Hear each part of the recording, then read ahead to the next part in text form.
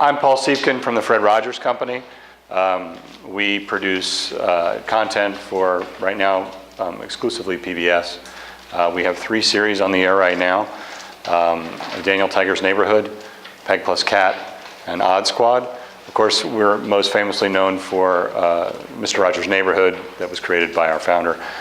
Whenever I go to talk, I do like to ask how many people in the room have seen Mr. Rogers' Neighborhood. Yeah, figured. How many people have seen Daniel Tiger's Neighborhood? Okay, I guessed it 3 or 4 of those. How about Peg Plus Cat? Okay, pretty good. Odd Squad? Oh, you guys are good. All right, so the topic that I chose was children's educational television, who cares? And that was me being cheeky. The thing that I wanted to get across is that we're lucky enough to work with people who care very much about the creative and the content that we produce. And we only work with the best. So they care deeply about what we're making. But more importantly, they care very much about who we're making it for. And I'm going to get a little bit into what that means in terms of thinking about children and children's educational media, and specifically the age groups that we target. But prior to my doing that, I figured I would just show you the people that we do work with because they tell it better than me. So this is sort of a journey of our company in the last few years.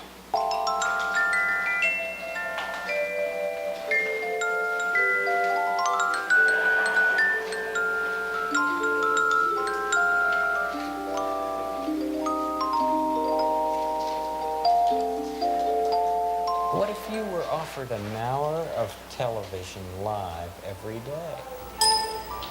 Can you imagine what it is like to try to fill that? I'm going to go back because you got to hear Fred. What if you were offered an hour of television live every day?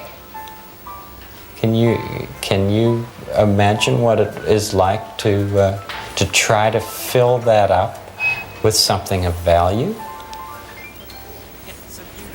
I wanted to give the best I could. Really producing quality material that is developmentally appropriate, that is based on child development principles, is still at the basis of everything we do at the Fred Rogers Company. It's a beautiful day in the neighborhood, a beautiful day for a neighbor. Would you be mine? Could you be mine? Won't you be my neighbor?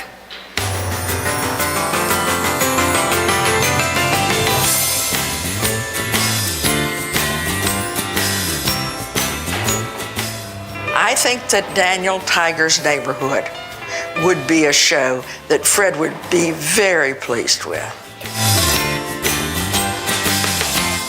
He loves Daniel Tiger.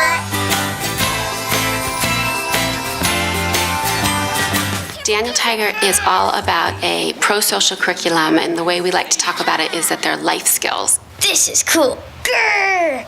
And we put them in these little musical strategies that are easy to sing and easy to understand. When something seems bad, turn it around and find something good. Friends Wednesday skips royally by, miscellaneous waving high. Won't you ride along with me? Ride along. Oh, the owl's reading a book, Katarina's twirling. Look, won't you ride along with me? It's a beautiful day in the neighborhood, a beautiful day for a neighbor in Daniel Tiger's Neighborhood. I'm Jennifer Oxley. I am Billy Aronson. When we got the green light to go to series on Peg Plus Cat, we were over the moon excited. It's about Peg. She loves math. She's very confident, very headstrong. And then she's got Cat as her sidekick. He's goofy, always knocking stuff down. They're best friends. You amazing cat. Every time we see Peg and Cat, they're in a different universe, a different place. It could be on a farm or in space or the circus. She even visits Beethoven in Vienna, and they help him compose his 5th Symphony. So Cat laughs in a certain pattern. Ha ha ha ha. Short, long. Short, long. There you go, Beethoven has a symphony. Yeah. We're teaching basic skills for problem solving. Like that you can break a problem up into little parts that there are different ways to solve a problem, that mistakes are okay, things you don't usually think about as part of math. Haley, Faith Negrin, she's the voice of Peg. Problem solved. The problem is solved. We solved the problem. Problem solved. She is the perfect Peg. She's so spirited and full of life. It's just really special and magical for us to have found such a great, talented kid. We did it. We solved a really big problem. We're trying to sort of dispel that myth and let kids know that math is cool, math is power, everybody's great at math. And now, a behind-the-scenes look at a new show on PBS Kids, Odd Squad. Odd Squad is a show about an agency that investigates odd and unusual and strange events. Commencing scan. Yeah, so the idea is if there's a robbery, you call the police. If there's a fire, you call the fire department. If your dog has doubled, or if you're caught in a time loop. Or if you're caught in a time loop, you call the Odd Squad. Whoa! You cloned yourself? No! What am I, crazy? Odd is the problem and math is the solution. So every episode something odd happens. All right, people, it's showtime! But the odd thing is really just a sneaky way to teach math. We're very sneaky. Very, yeah. But why? So we started with 5, then they went down to 1. It focuses on 2 agents in particular, Olive and Otto, and their boss, Mizzo. Something very odd has happened. I think I want to be these characters. Yeah, I want to be Olive. Just really sharp and in control and always, knows the right thing to say at the right time. Let's take this one step at a time. I'm out of fingers. Generating fingers. You can do that? And I think I would love to have Otto's dancing skills. In every episode, Olive and Otto are their partners and their team. The directions are missing zeros because zeros are disappearing. Stop that and see timers me. You see how separately they couldn't have come up with the right answer, but it's only when they join forces they can save the day. Come on, partner. I hope kids walk away realizing that if they work together, they can solve any problem.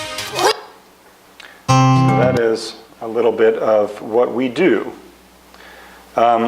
And what I wanted to talk about a little bit was not necessarily what we do, but who does it and who we do it for. So it's a lot about who rather than what. And that's why I wanted to feature that video, because those are some of the people who make the work that we do. And you could hear, it's best to hear from them, the passion that they bring to the project, that they bring to the characters, and that they bring to the audience. I wanted to talk a little bit about sort of words that I associate with each of the properties and each of the people that we work with that are a little bit different from, I think, what you maybe would immediately associate with our shows. So we start with Fred Rogers, obviously. We're the Fred Rogers Company.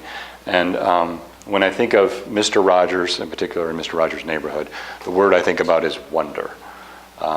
If you remember on Mr. Rogers' Neighborhood, he did such a wonderful job of expressing a sense of childlike wonder, better than I think any adult I've ever seen on television.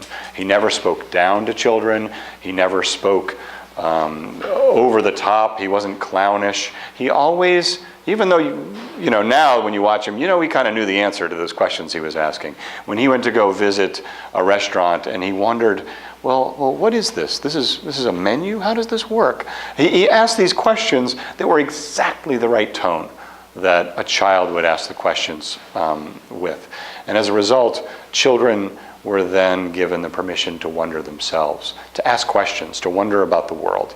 And so when I think about Mr. Rogers, I do think about the word wonder.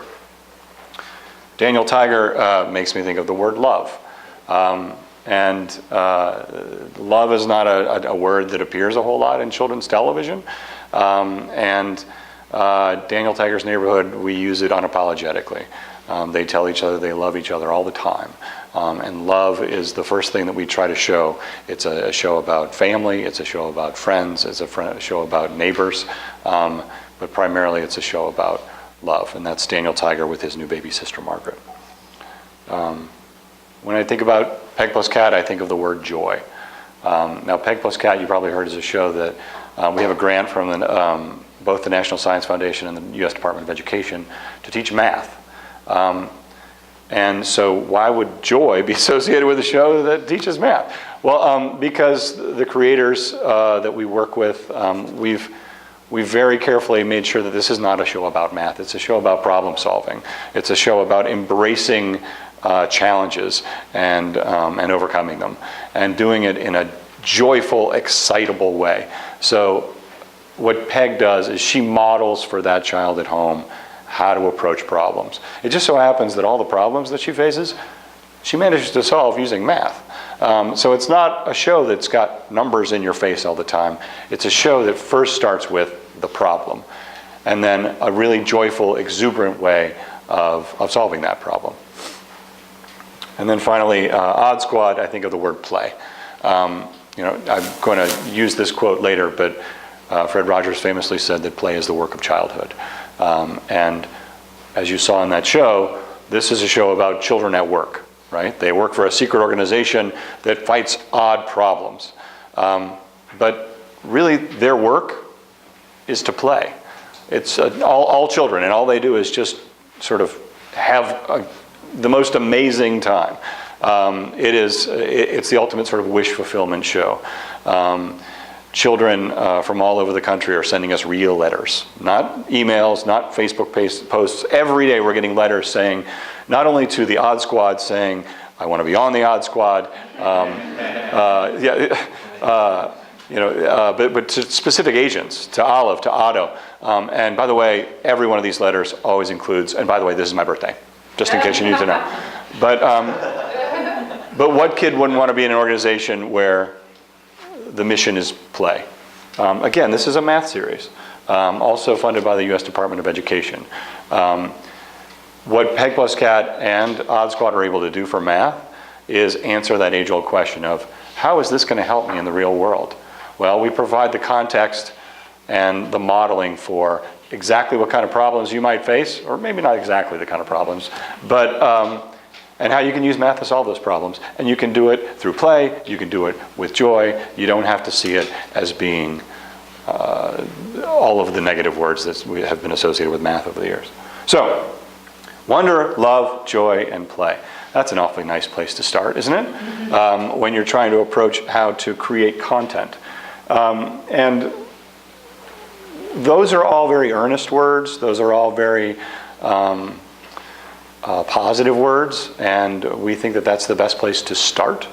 Now, we are making programs for children, though, and a few other words come up when you're a kid and you're trying to learn things.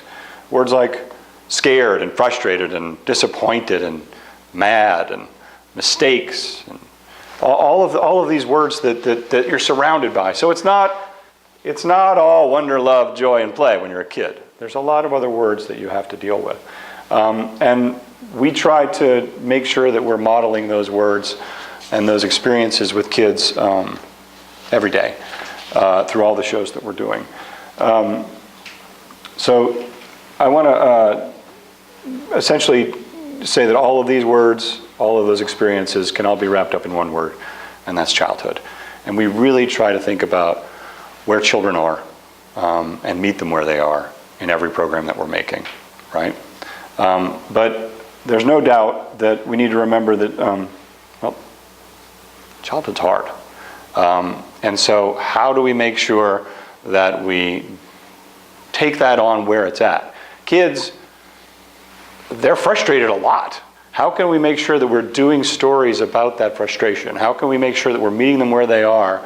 And one of the best ways to do it is through strong characters that they identify with. Characters like Olive and Otto, characters like Daniel Tiger, characters like Peg plus Cat, where those characters are modeling an enthusiasm for learning, modeling excitement for taking on challenges.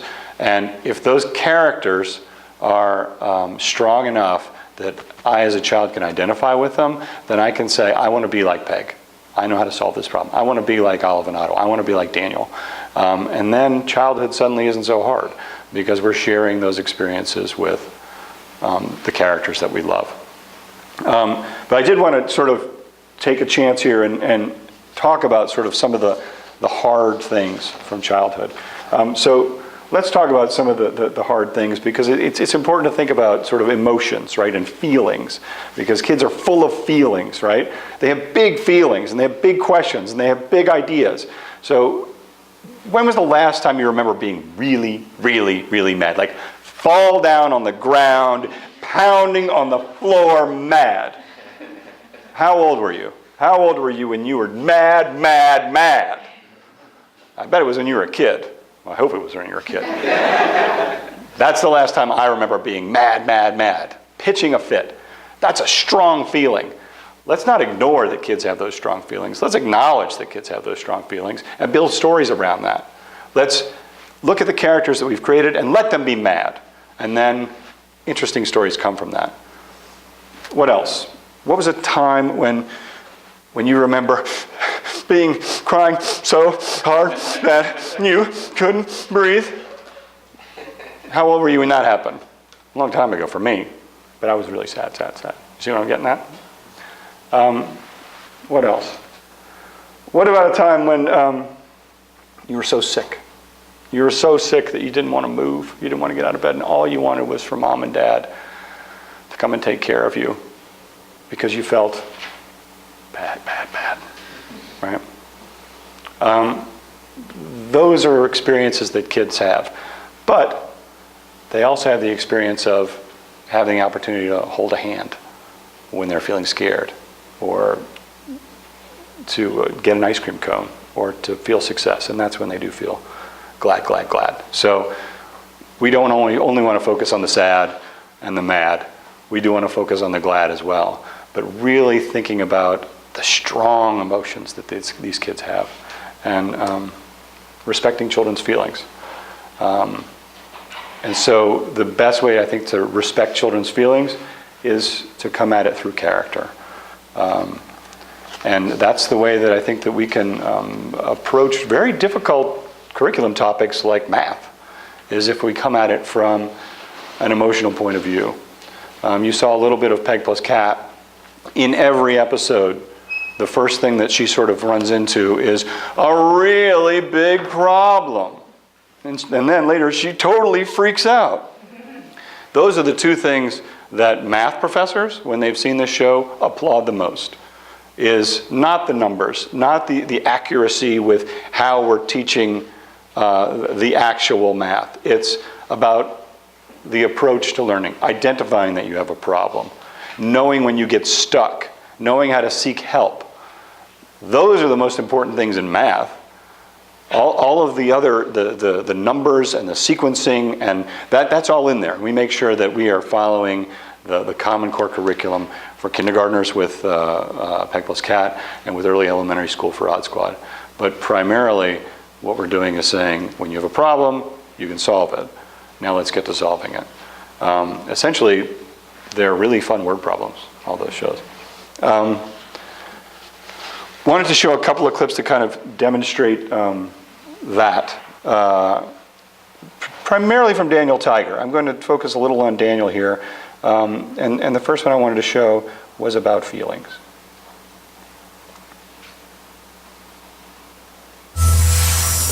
There's so many feelings for you to know. So many feelings like colors in a rainbow. Be happy with a smile or sad with a frown. So many feelings. You may feel disappointed when things don't go your way. You may feel mad if you've had a bad day. It's okay to feel anyway. There are so many feelings for you to know, like being excited from head to toe. Think about how someone else is feeling. So many feelings. So many feelings. So when I show that clip, I want to tell people, yeah, we went there. There's no other children's television that's going to that place. Children's television is all comedy all the time. And we're exploring places where kids are. And I think that is one of the keys to the success of these properties. And by the way, Daniel Tiger is extremely successful It's the second most popular children's program in all of kids television with kids 2 to 5, and also with parents of young children. It's remarkably popular, and I think it's because kids see themselves in the show. I'm just going to show another example. Another one of those, yeah, we went there.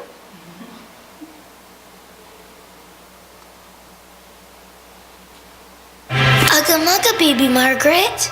Good night, sleep tight. Dream dreams as sweet as you. The moment I first held you, you seemed to me the most wonderful gift to our family. I wanna be the best big brother that I can be, so I'll be a great big help to my family. Good night, sleep tight, dream dreams as sweet as you. Good night, sleep tight, Margaret.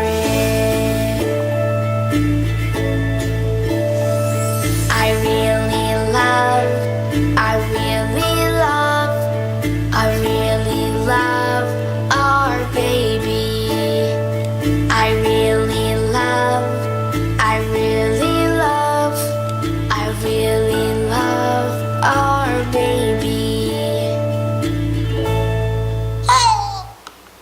We were thanked, I don't know by how many parents, first of all, who said, how did you know that I needed that exact clip?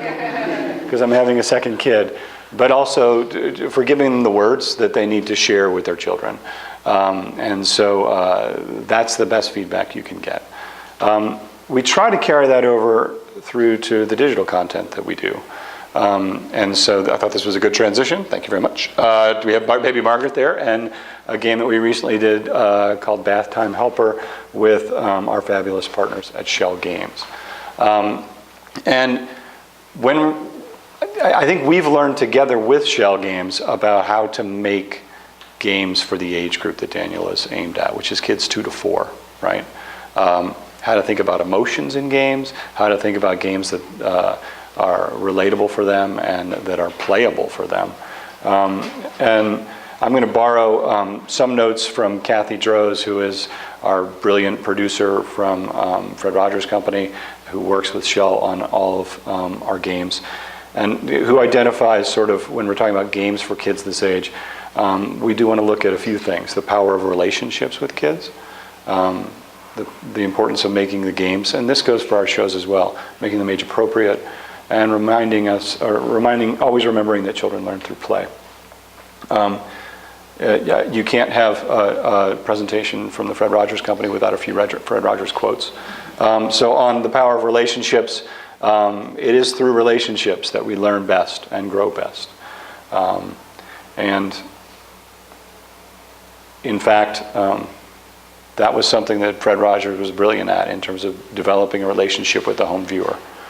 He really broke new ground in talking directly to the child at home.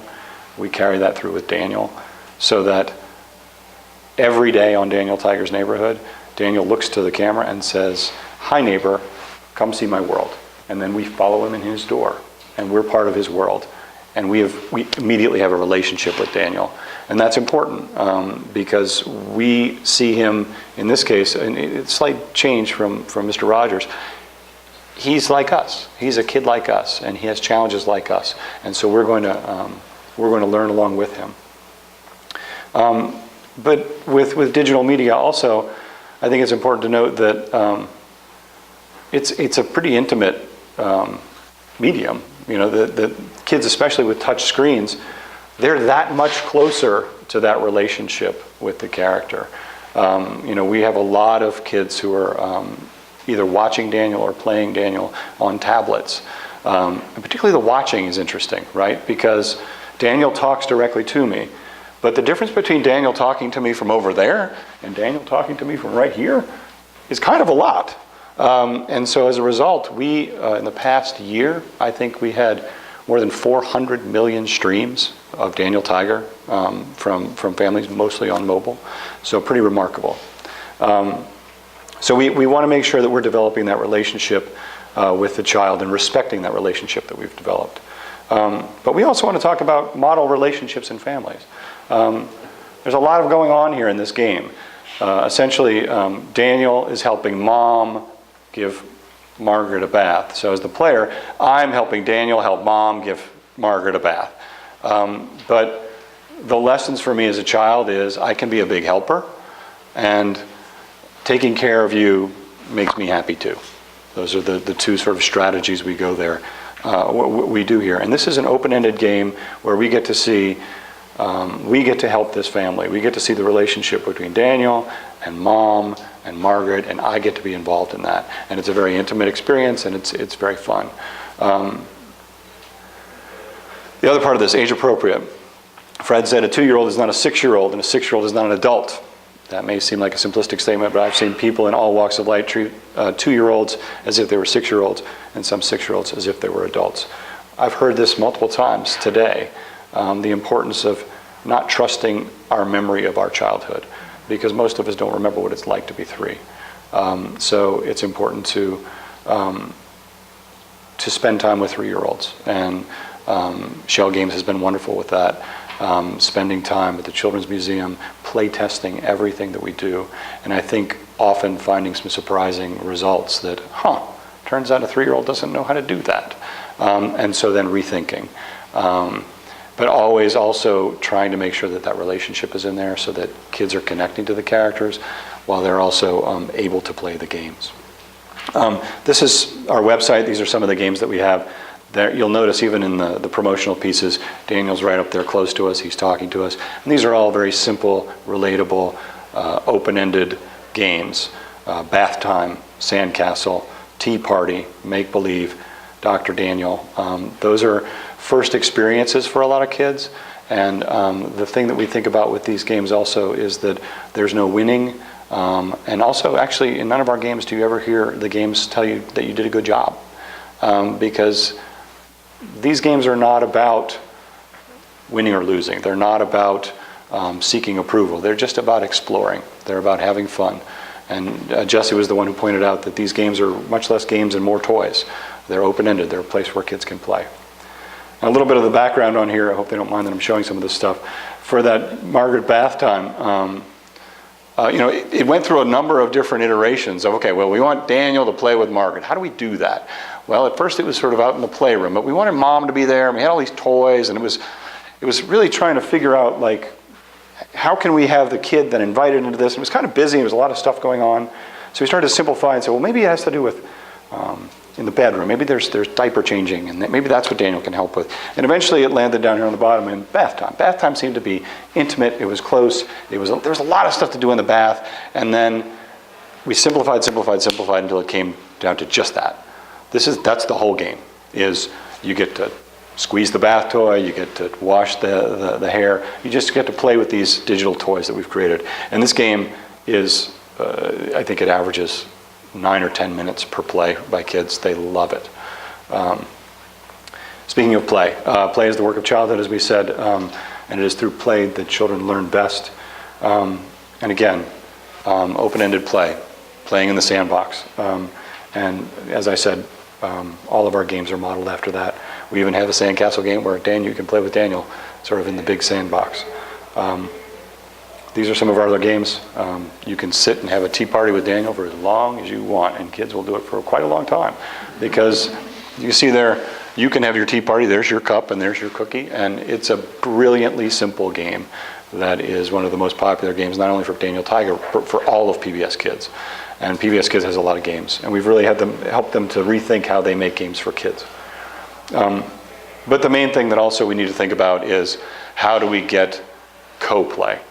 This is the ultimate win, right? Is not only that kids are engaging with that relationship with Daniel, but then they're pulling in mom, or they're pulling in dad, or they're pulling in big brother, and then we're playing this together. And that's kind of what we're always seeking to accomplish, and that's kind of what Bath Time Helper is trying to do as well, is by having mom in the game, by having Margaret, by having Daniel, I'm encouraged to bring mom along with me and to share this experience. And that's something that we're always trying to do. As I said, Daniel Tiger, the show, has the highest co-viewing of almost any other show on television, and we'd like to think that the games that we make are the same way. And I'll end with one more Fred quote, and I think this is an important one. Children need adults who are convinced of the value of childhood. They need adults who can help them to develop their own healthy controls, who can encourage them to explore their own unique endowments. Essentially, let's respect the children that we're making content for and meet them where they are, and let's not ignore those big feelings that they have. Let's embrace them and make cool stuff that makes them feel good about being them. And that's it for me.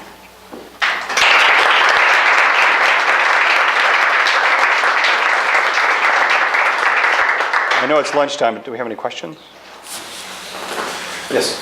Do you work directly with schools in developing experiences? I like that you talked about the shows or the games are really about experience. So have you worked with schools about building simulations in the K through 12 realm? Well, we haven't. We do have outreach programs. So with PEG plus CAT, the National Science Foundation grant is about, we're in 65 Head Start programs, or classrooms here in Allegheny County, and we're doing teacher training as well as work with parents to help them understand how media like PEG can sort of be a great springboard into early math learning. And when we're making stuff, we're never suggesting that, here, just have them play this and they'll learn. In fact, our work is meant more to be that inspiration that kickstarts learning and makes kids say, I can do this, and now I want to be like PEG, I want to be like Odd Squad, I want to be like Daniel. So we do work with schools in certain areas, mainly for research purposes. PEG plus CAT and Odd Squad in particular, because the grant that we have, we're doing quite a bit of research. Yeah. So for PEG and CAT and Odd Squad, I know you said that the shows aren't about math, but they use math as a teaching tool. And I was curious, because you have 2 of the 3 shows, why did you choose math as the teaching tool or problem-solving tool as opposed to science or something else? What's special about math? Well, that was sort of partly a response to an RFP. The PBS had an opportunity to create media, and particularly what they would really like to be referred to as transmedia, that helps to teach early math. And one of the things that I didn't reference on that, but what we do with PEG plus CAT and Odd Squad is try to make sure that there is a digital experience and a hands-on experience that accompanies episodic experiences. And so if you go to the PEG plus CAT website, we can do adventures where you'll see a clip about the pirate episode. It will immediately usher you to a game where you can play the same math skills that are in the pirate episode in the pirate environment. And then it'll usher you right next to a downloadable pirate board game that you can download and print and play. Right there, at your table. So trying to make sure that we're coming at it from multiple points of view and multiple types of media so that kids can experience the math, but all in the context of PEG and all sort of in PEG's world. Anybody else? Thank you for coming.